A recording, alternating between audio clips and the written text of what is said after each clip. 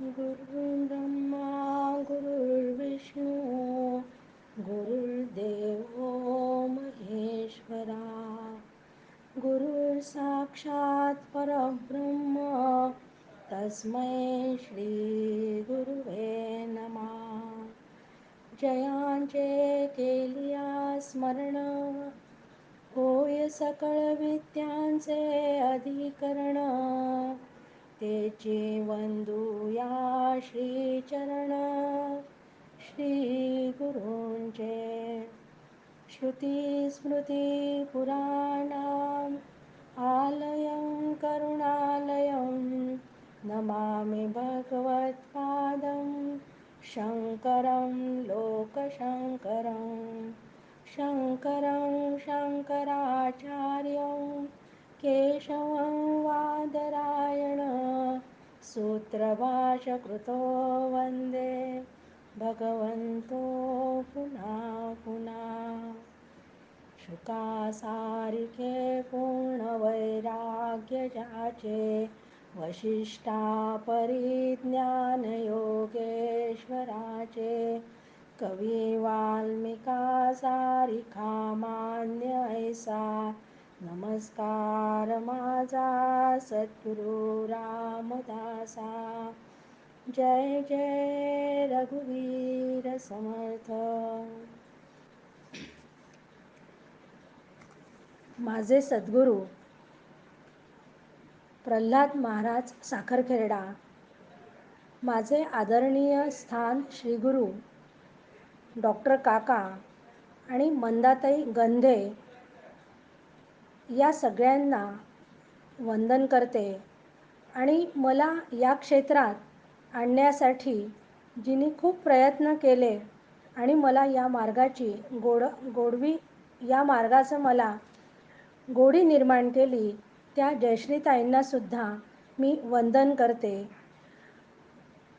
आजचा दिवस आपल्या सगळ्यांसाठीच खूपच चांगला आहे, कारण आजपासून आपण दासबोध ग्रंथाचा अभ्यास करण्यास सुरुवात करत आहोत. तुम्ही आणि मी मिळून दोघांच्या विचारांनी हा अभ्यास करणार आहोत. आणि कशाचा अभ्यास करणार आहोत तर आपण सुरुवात आता दासबोध ग्रंथाला करणार आहोत.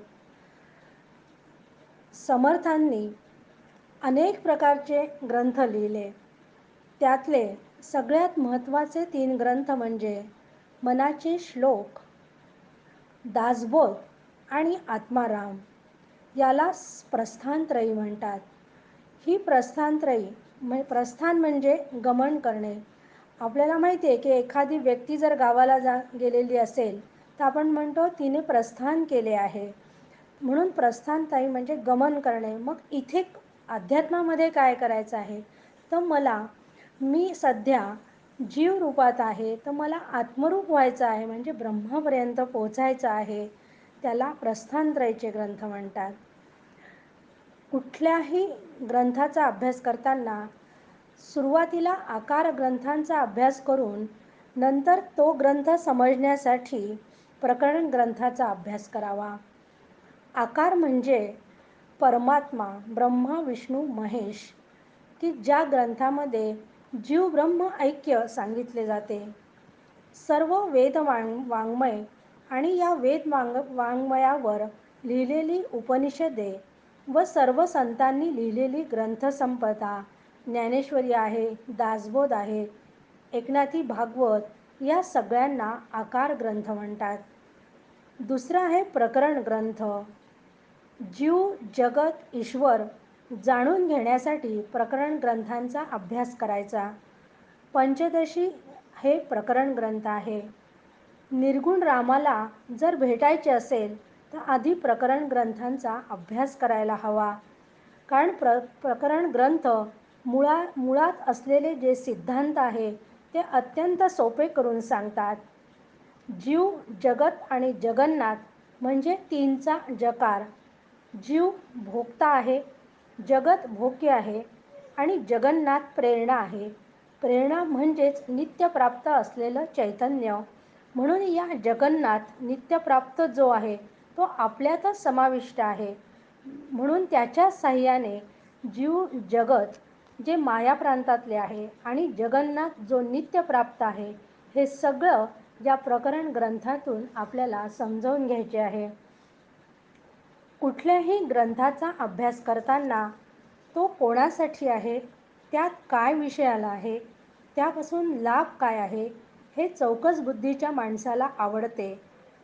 आणि हाच विचार सगळ्या संतांनी लक्षात ठेवला की आपल्याला काय मिळणार हे समजल्याशिवाय माणूस कामच करत नाही. व्यवहारातही पाहतो की एखादा व्यवसाय जर मला करायचा असेल तर मी काय करते की यात मला किती नफा मिळणार आहे हा आधी विषय काढते, की मला किती भांडवल लागेल हे याचा विचार करते. हा सगळ्या गोष्टींचा विचार करतो. म्हणूनच परमार्थशास्त्र देखील या ग्रंथात या विषयांचा विचार सुरुवातीलाच करण्याची पद्धत आहे. यालाच अनुबंध चतुष्ट म्हणतात. अनुबंध चतुष्ट म्हणजे 4 गोष्टी येतात: अधिकार, विषय, प्रयोजन आणि संबंध. तर अधिकार काय म्हणजे पात्रता, की कोण या ग्रंथाचं वाचन करू शकतो. विषय म्हणजे माणूस म्हणजे जीव मुळात ब्रह्मच आहे हे संयुक्तिक विचाराने आणि निर्दोष ग्रंथाद्वारे पटवून देणे. प्रयोजन म्हणजे अध्ययनाने मला काय साध्य होणार आहे. आणि संबंध म्हणजे विषय व प्रयोजनातील संबंध ग्रंथकर्त्याला सांगावा लागतो.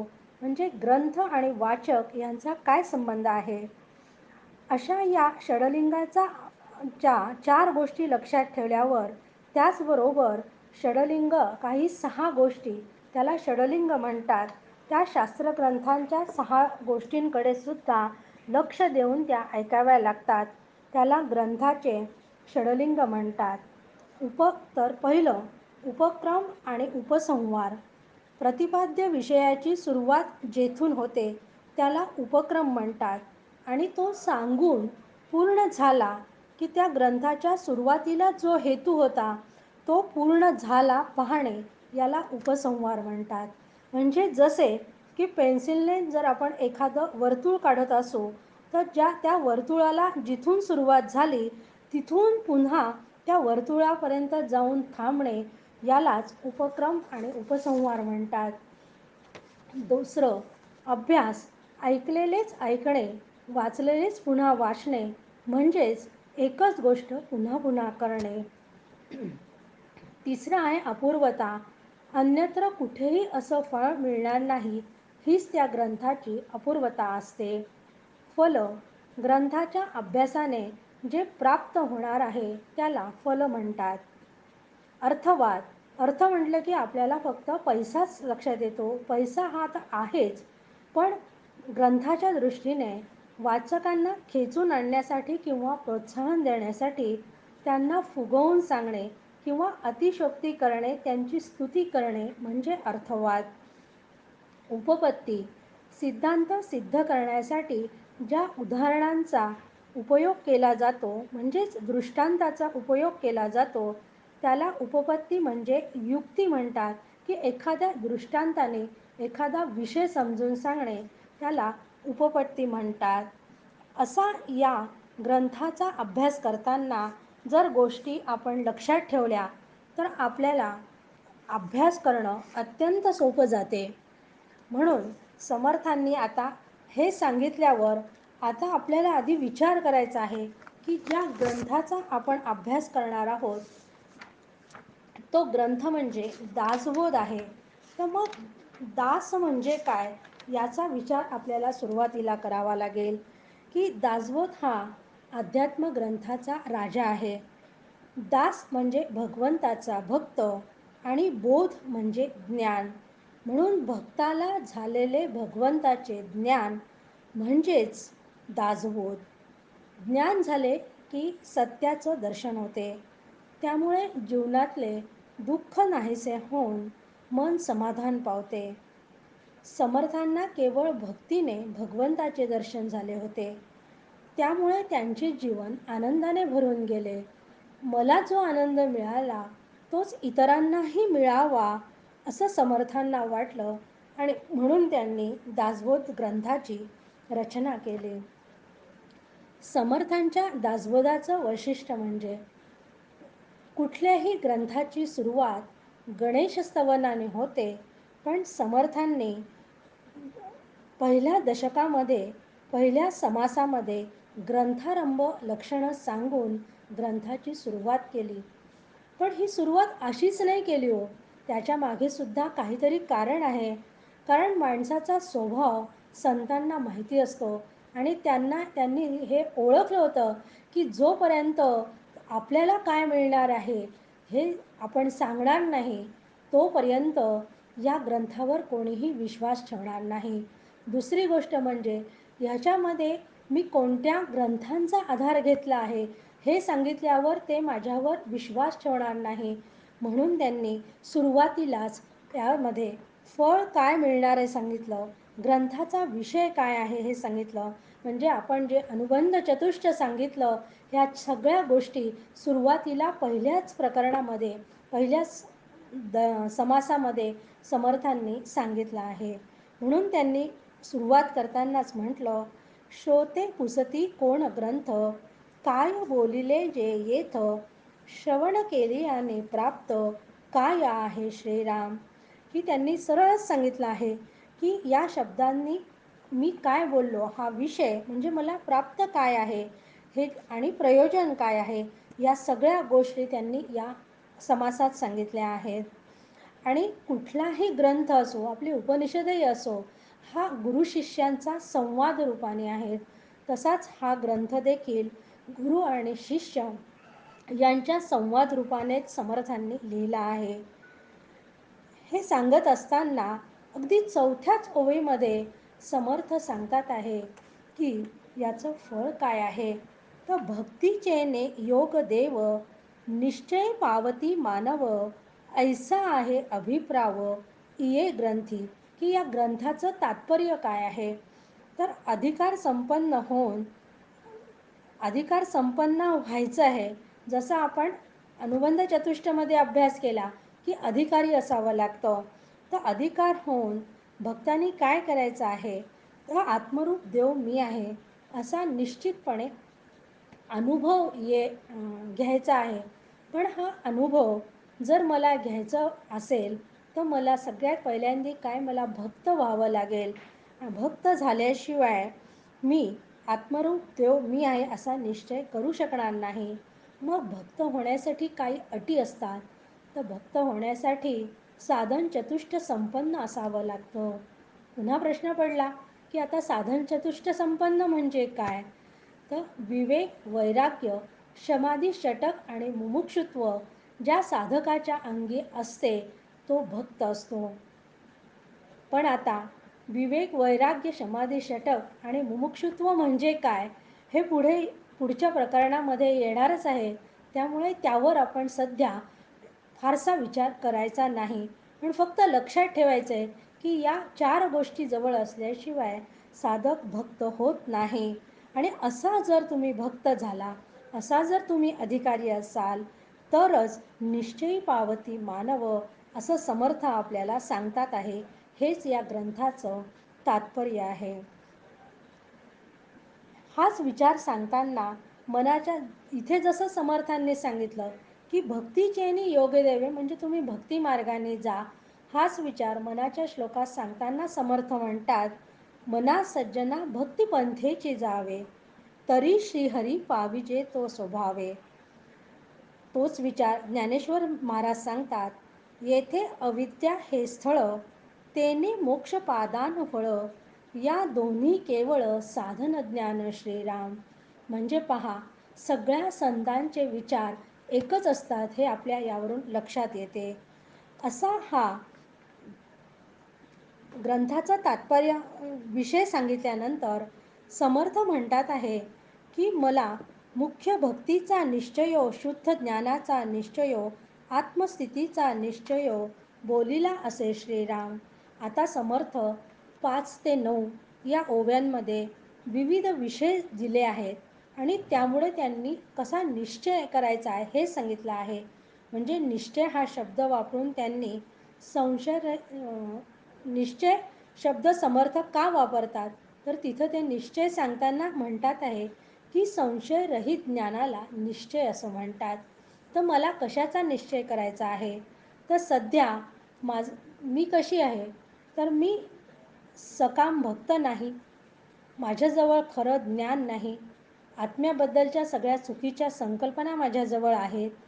जीव, ईश्वर, ब्रह्म याबद्दलच्याही सगळ्या कल्पना चुकीच्या आहेत. म्हणून समर्थ सांगतात आहे की अशा नाना मतांचा गलबला इथे असल्यामुळे निश्चयात्मक मांडणी काय आहे हे मी तुम्हाला सांगतो आहे.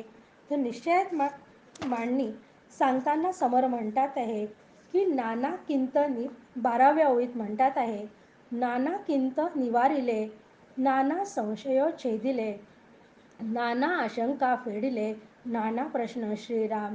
की इथे मला ज्या काही संशय आहे, आशंका आहे, या सगळ्यांचा उहापोह या ग्रंथामध्ये केला जाणार आहे. आणि म्हणून त्यांनी तपशीलवार वर्णन या ग्रंथामध्ये केलेलं आहे. पण ते आता काय काय सांगितलं आहे, ह्या कोणत्या कोणत्या गोष्टींचा करणार आहे. कारण दासबोधामध्ये समर्थांनी समाजकारण आणलं आहे, राजकारण आणलं आहे, समाजासाठीचं महंत कशी तयार करावी हे सांगितले आहे, स्वगुण परीक्षा सांगितली आहे. पण सगळ्या गोष्टींचा उहापोह या आत्ताच्या या समासामध्ये करू शकत नाही. त्याला काही मर्यादा आहे. प्रत्येक वेळेस थोडा थोडा विषय येतच जाणार आहे. म्हणून समर्थ म्हणतात की आता हे सांगणं मी पुरे करतो आणि महत्त्वाचं सांगतो की तथापि अवघा दासबोध दशक फोडून केला विशद, जे जे दशकीचा अनुवाद ते ते दशके बोलिला श्रीराम. म्हणून ते सांगतात की इतर गोष्टींचा मी त्या त्या दशकामध्ये जसा जसा विषय येईल तसं तसं मी प्रतिपादन करणार आहे. पुढे म्हणतात आहे की नाना ग्रंथांच्या संमती, उपनिषदे, वेदांत श्रुती आणि मुख्य आत्मप्रचिती शास्त्रे सहित श्रीराम. ही ओवी अभ्यास करताना अत्यंत महत्त्वाची आहे. कारण समर्थ इथे सांगतात आहे की या दासबोधाची रचना करताना मी कोणत्या कोणत्या ग्रंथांचा अभ्यास केला आहे. तर उपनिषद, वेदांत आणि श्रुती याचा उल्लेख त्यांनी केला. तर मग उपनिषद म्हणजे काय? तर उप म्हणजे जवळ आणि नि म्हणजे देणे आणि शत म्हणजे पकड ढिली करणे. उपनिषद म्हणजे श्री गुरूंजवळ बसून मोक्षापर्यंतचं ज्ञान घ्यायचं, म्हणजे अविद्येकडून विद्येकडे आणि बंधनाकडून मोक्षाकडे जाण्याचा अभ्यास करणं याला उपनिषद म्हणतात. नंतर वेदांत, वेदांताच्या शेवटी येणाऱ्या ज्ञानविषयक प्रकरणाला वेदांत म्हणतात. श्रुती, श्रुत म्हणजे ऐकणे, श्रुत झालेले वेदांचे तत्त्वज्ञान कोणी केल्याने कोणी एकाने रचलेले नाही. त्याला आलेला अनुभव शब्दबद्ध झाल्यावर जणू त्याला तो ऐकू आला, अशा श्रद्धेने त्यांनी तो श्रुत केला, त्याला श्रुती असं म्हणतात. त्यानंतर ते सांगतात आहे उपनिषद, वेदांत, श्रुती आणि मुख्य आत्मप्रचिती शास्त्रे सहित. तर त्यांनी ज्या ग्रंथांचा अभ्यास केलेला आहे त्याला शास्त्राची प्रचिती आहे. म्हणजे आत्मज्ञानी पुरुषांचे भगवंताचा अनुभव सांगणारे सर्वसामान्य जे ग्रंथ आहे, ज्ञानेश्वरी आहे, दासबोध आहे, भागवत, हे शास्त्रग्रंथ आहेत आणि त्याला शास्त्राची प्रचिती आलेले म्हणजे अनुभव आलेले ग्रंथ आहेत असं ते सांगतात आहे. आणि सगळ्यात शेवटी मुख्य म्हणजे मुख्य आत्मप्रचिती म्हटलं त्यांनी, म्हणजे स्वतःला प्रत्यक्ष अनुभव आलेला असे समर्थ रामदास स्वामी होते. त्यांना प्रत्यक्ष अनुभव आलेला असल्यामुळे त्यांनी अनुभवातून हा ग्रंथाची रचना केलेली आहे. ते म्हणतात त्यांनी याच्यामध्ये सगळ्या किती पुस्तकांचा, किती ग्रंथांचा याच्यासाठी वापर केला याची पूर्ण यादीच दिली आहे. ते म्हणतात आहे शिवगीता, रामगीता, गुरुगीता, गर्भगीता, उत्तर गीता, अवधूत गीता, वेद आणि वेदांत, गणेशगीता, यमगीता, उपनिषदे, भागवत, भगवद्गीता अशा कितीतरी ग्रंथांचा आधार त्यांनी दासबोध लिहिताना घेतलेला आहे. म्हणून ते म्हणतात आहे की तुम्ही माझ्या या ग्रंथावर विश्वास ठेवा आणि विश्वास ठेवून तुमच्या जीवनाचं कल्याण करून घ्या. जो या ग्रंथावर विश्वास ठेवत नसेल तर ते म्हणतात आहे पुढच्या ओवीत, भगवत वचनी अविश्वासे ऐसा कवन पतित असे, भगवत वाक्य विरहित नसे बोलणे येथेची श्रीराम. पूर्ण ग्रंथ पाहिल्या विण उगाच ठेवी जो दूषण, तो दुरात्मा दुराभिमान मत्सरे करी श्रीराम. ही प्रत्यक्ष भगवंतांनी भगवद्गीता सांगितलं आहे. त्या भगवद्गीतेचा मी आधार घेतला आहे, वेदांचा घेतला आहे, श्रुतींचा घेतला आहे. तरी जर यावर कोणी विश्वास न ठेवत असेल तर तो पापीच असावा असं समर्थ म्हणतात. कारण या ग्रंथातल्या प्रत्येक सिद्धांताला भगवत वचनांचा आधार आहे. म्हणून हा ग्रंथ पूर्ण न पाहता जर याला कोणी नावं ठेवत असेल आणि तर तो केवळ मत्सरामुळे तो नावं ठेवत असेल तर त्याला दुराभिमानी असल्यामुळे त्याला काहीच अर्थ राहणार नाही. कारण तो केवळ दुष्टवृत्तीमुळे त्या ग्रंथाला नावं ठेवत आहे. म्हणजेच त्याला खूप अहंकार आहे, त्या अहंकारापायी तो त्याला नावं ठेवत आहे. पुढे आता 27 ते 28 पर्यंतच्या ओव्यामध्ये समर्थ फलश्रुती सांगतात आहे की त्या फलश्रुतीची आपण सगळेच वाट पाहत असतो.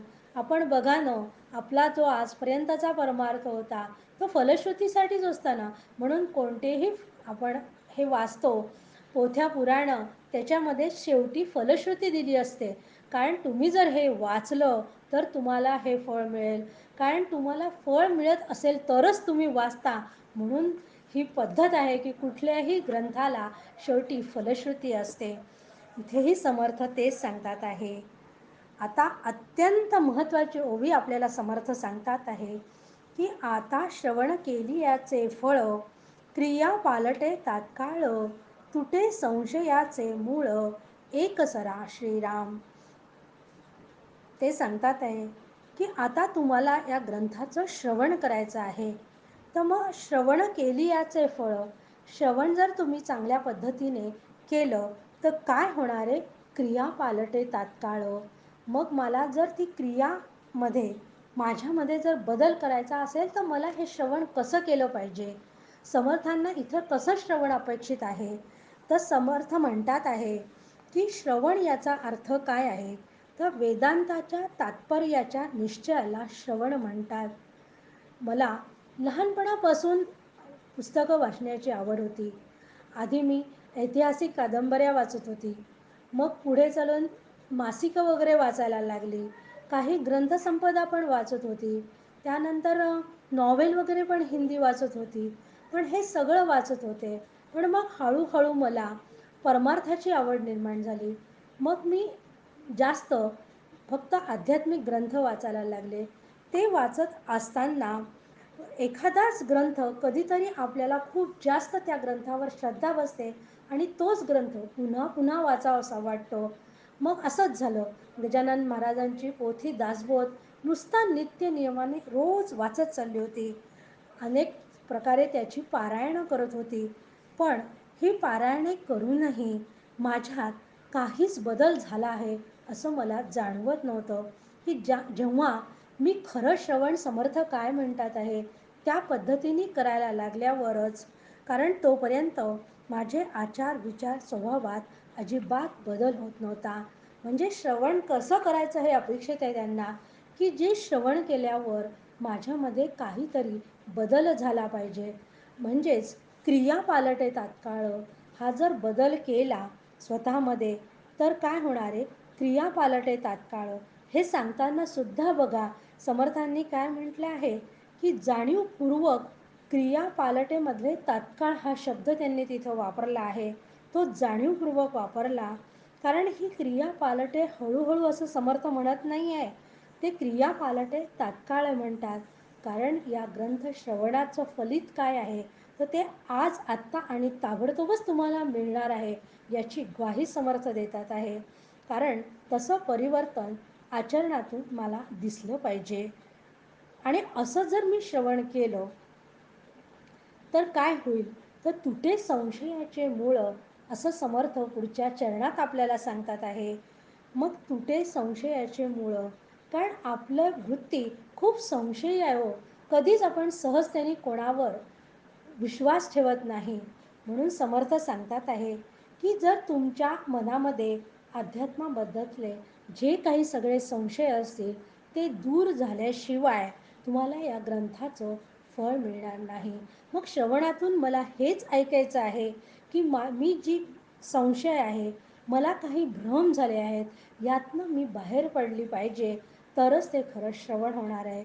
मग इथे तुटे संशयाचे मूळ म्हणजे काय आहे? तर तिथं देहबुद्धी आहे. तुटे संशयाचे मूळ, इथं मूळ म्हणजे देहबुद्धी आहे. की ही देहबुद्धी म्हणजे काय?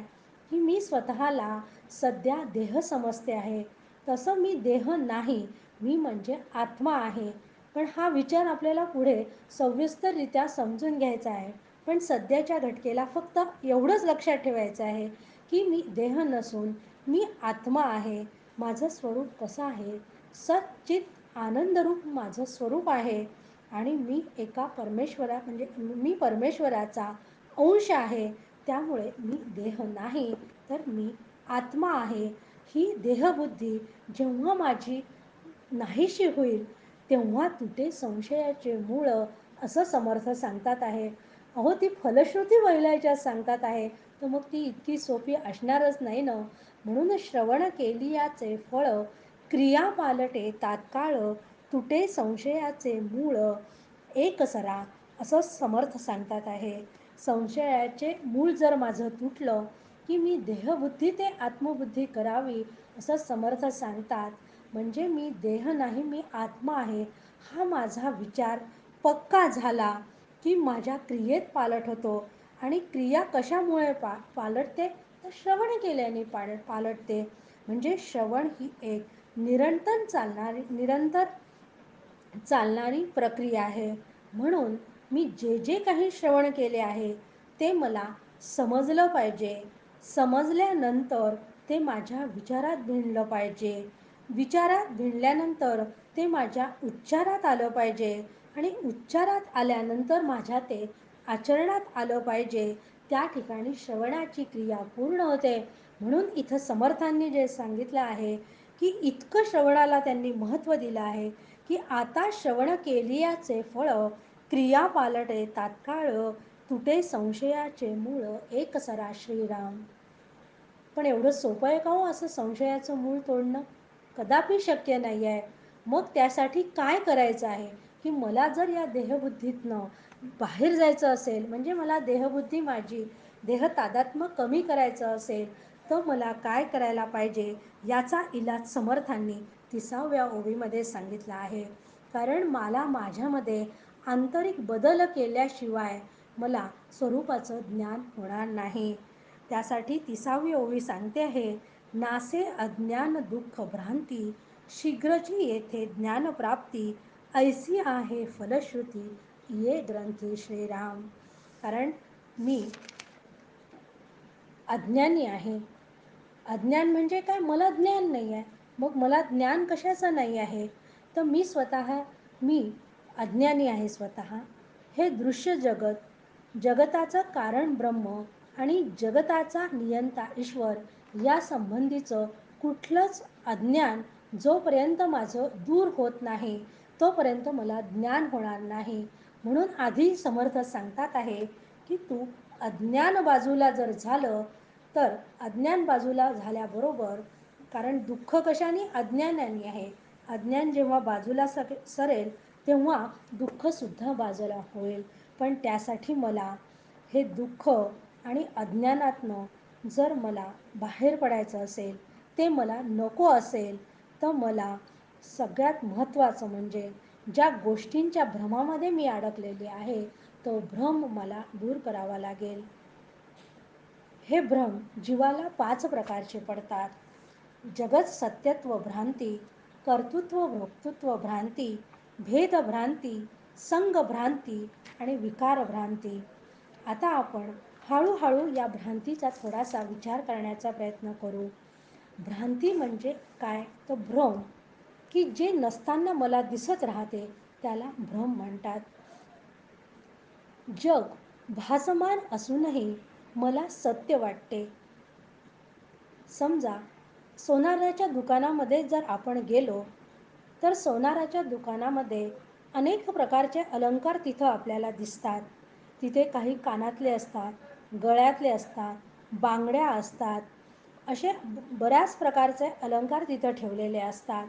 आणि हे अलंकार मी जेव्हा पाहते, तेव्हा त्या अलंकारांच्या नामरूपाकडे माझी दृष्टी वेधली गेली, की काही काळ मला सोन्याचा विसर पडतो आणि सोन्याऐवजी मला अलंकारच सत्य वाटायला लागतात.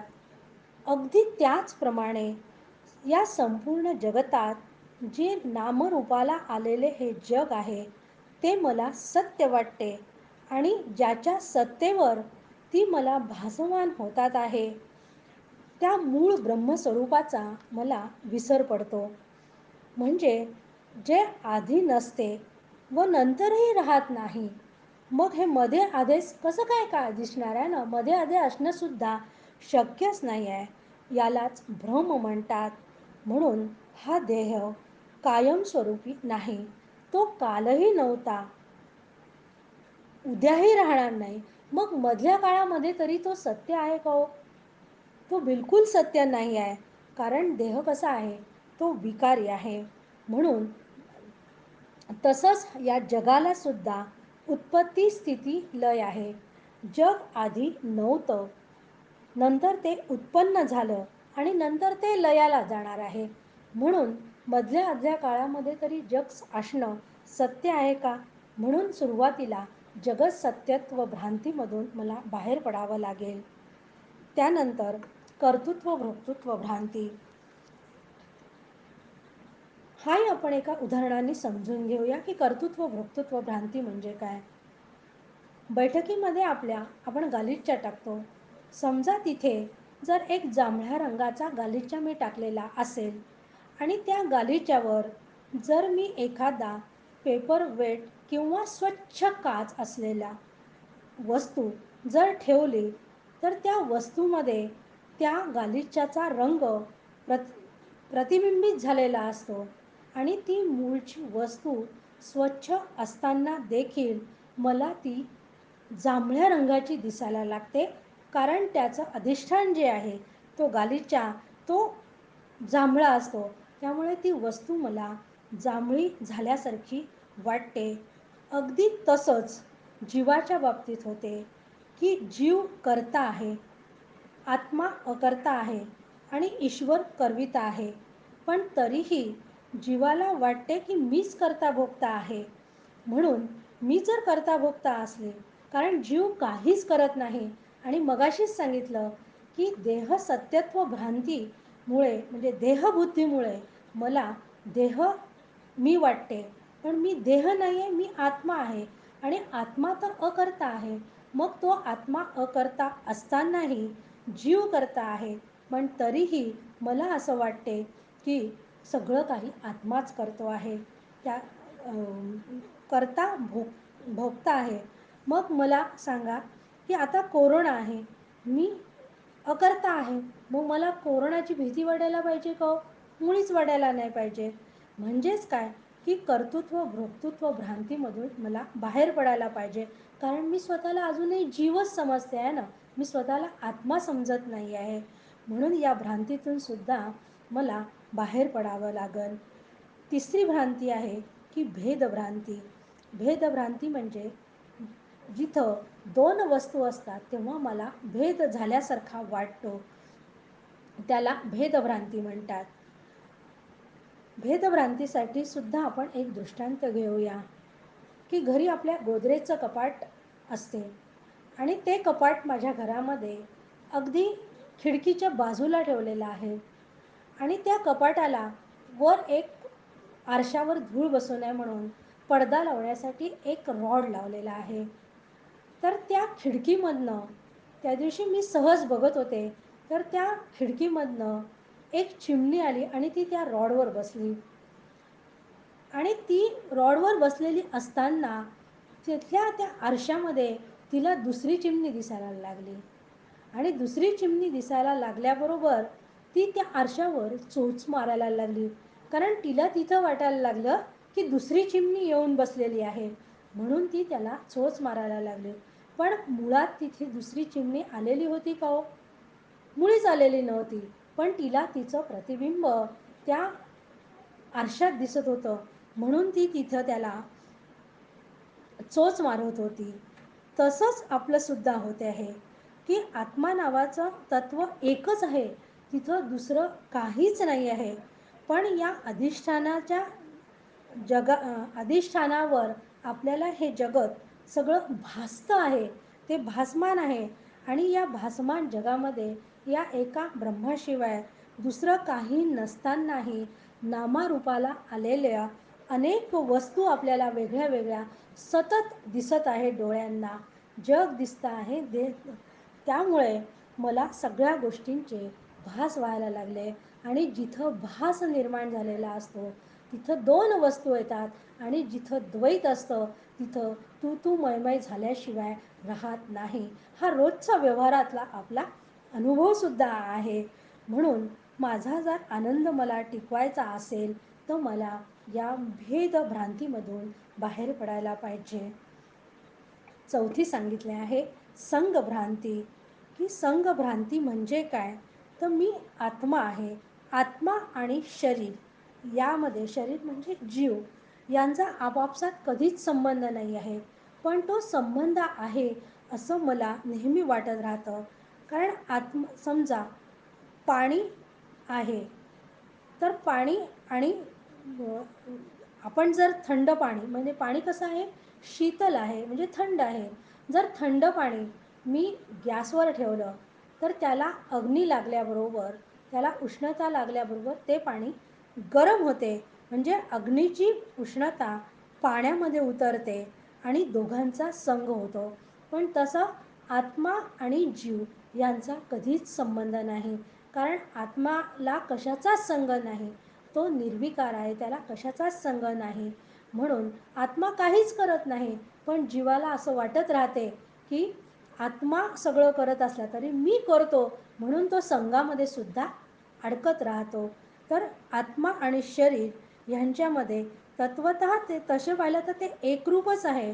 पण भ्रमात अडकल्यामुळे शरीराशी माझा जो संबंध येतो आहे, या शरीराशी माझं तादात्म्य झाल्यामुळे मला असं वाटतं आहे की माझं त्याच्याशी तादात्म्य असल्यामुळे आम्ही एकच आहोत. तसं इकडे बघा तुम्ही की गरम पाणी शीतल आहे आणि अग्नी म्हणजे गरम आहे. पण या दोन्हींचा सुद्धा एकमेकांशी संबंध आल्यावर पाणी गरम होते. पण इकडे तसं होत नाही. कारण आत्माशी कशाचा संग होऊ शकत नाही. त्याच्यानंतर आहे की आत्मा म्हणजे आत्म्याच्या शरीराला कधीच स्पर्श झालेला नसतो. कारण आपण म्हणतो ना, माणूस गेल्यानंतर आत्मा निघून जातो. म्हणजे त्याचा शरीराशी काही संबंध आहे का हो? तो तर वेगळाच आहे ना. शेवटी चैतन्य निघून जाते त्यातलं. पाचवा भ्रांती आहे विकार भ्रांती. देहाला 6 प्रकारचे विकार आहेत. देह जन्माला येतो, वाढतो, बदलतो, क्षीण होतो आणि नष्ट होतो. म्हणजे हे 6 विकार देहाला आहे. आणि आत्मा कसा आहे, तर आत्मा अजर आणि अमर आहे. म्हणून देहाचे विकार आत्म्याचे आहेत. पण असा भ्रम आपल्याला झालेला आहे. वास्तविक पाहता आत्मा अविकारी आहे, त्याला कुठलाच भ्रम कधीच होत नाही. पण हे भ्रमज्ञान जोपर्यंत नष्ट होत नाही तोपर्यंत आत्मज्ञान होत नाही. म्हणून या सगळ्या भ्रांतींमधून मला बाहेर पडल्याशिवाय मला ज्ञान होणारच नाही. मग असं हे ज्ञान होण्यासाठी कोणाला अधिकार आहे? ह्या ओव्या समर्थ आता आपल्याला 32 33, 34, 35मध्ये ते आपल्याला सांगतात आहे की मला जर ज्ञान व्हायचं असेल तर त्यासाठी त्याचा अधिकारी कोण आहे?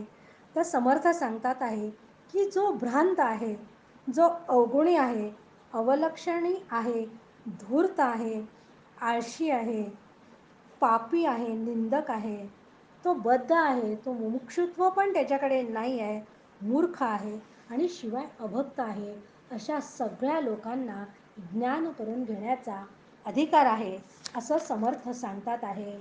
म्हणून समर्थ 36व्या ओवीत सांगतात आहे, नाना धोके देहबुद्धीचे, नाना किंत संदेहाचे, नाना उद्वेग संसाराचे, नासती श्रवणे श्रीराम.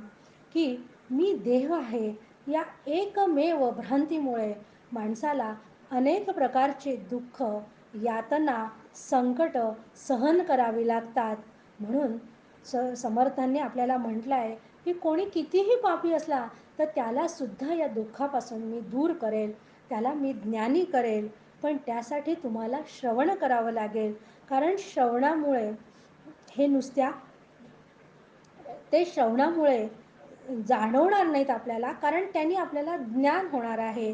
आणि अशा चुकीच्या ज्या संशय शंका आपल्याला सगळ्या आहेत या संकल्पना जेव्हा नाहीशा होतील तेव्हा या जगात आणि प्रपंचात राहूनही मला त्याचा त्रास होणार नाही. म्हणजेच काय की आसक्ती न ठेवता मला राहता येईल या जगतामध्ये. मला कोणाला सोडून द्यायचं नाही आहे, पण तिथे आसक्ती ठेवायची नाही आहे. तसं जर मला राहता आलं तर मला कष्ट पडणार नाही आणि दुःख भोगावं लागणार नाही. ऐसी याची फलश्रुती श्रवणे चुके अधोगती, मनास होय विश्रांती, समाधान श्रीराम. जयाचा भावार्थ जैसा, तयास लाभ तैसा, मत्सर धरी चोपूसा, तयासी तेच प्राप्त श्रीराम. म्हणून या ग्रंथाचं श्रवण मनन तुम्ही करा असं समर्थ आपल्याला वारंवार सांगतात आहे. कारण या श्रवणामुळे अंतःकरण सगळ्या संकल्पना स्पष्ट झाल्यामुळे अंतःकरण शांत आणि तृप्त होते. जेव्हा मन शांत आणि तृप्त होते तेव्हाच त्या अंतःकरणामध्ये चांगले विचार जाऊ शकतात. आणि चांगले विचार जेव्हा त्या अंतःकरणात पोहोचतील तेव्हाच खरं ज्ञान होईल. म्हणून ते सांगतात आहे की असं करताना ज्याचा भाव जसा असेल तसंच त्याला फळ मिळेल. म्हणून या ग्रंथावर तुम्ही 100% श्रद्धा ठेवा.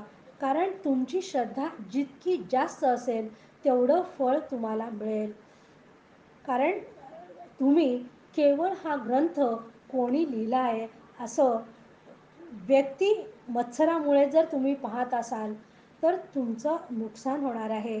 कारण मत्सरामुळे व्यक्तीला तसंच फळ मिळेल. कारण तुम्ही जर मत्सर ठेवून तो ग्रंथ वाचत असाल तर त्यात तुम्हाला चुका दिसतील, तुम्हाला त्यातनं अजिबात जे हवं आहे ते फळ मिळणार नाही. म्हणजे एवढं मोठा ग्रंथ लिहिताना सुद्धा ते म्हणतात आहे की या ग्रंथाकडे कोणी मत्सराने पाहू शकतो. म्हणजे मनुष्य जात कशी आहे याची समर्थांना पूर्ण जाण आहे की मत्सरी लोक खूप असतात. त्यामुळे कदाचित व्यक्ती बघून हा ग्रंथ मला अभ्यासायचा नाही असं ते ठरवतं.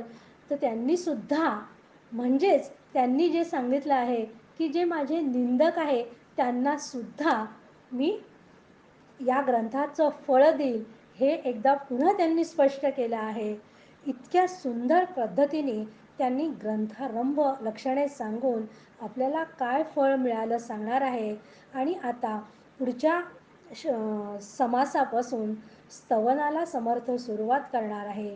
त्या स्तवनाचा प्रारंभ उद्यापासून खरा होईल. आता फक्त ग्रंथारंभ लक्षणं झाली आहे आणि उद्या आपण स्तवनाचा विचार करूयात. जय जय रघुवीर समर्थ. झालेली सेवा सद्गुरूचरणी समर्पित करते. पुनश्च सगळ्यांना नमस्कार.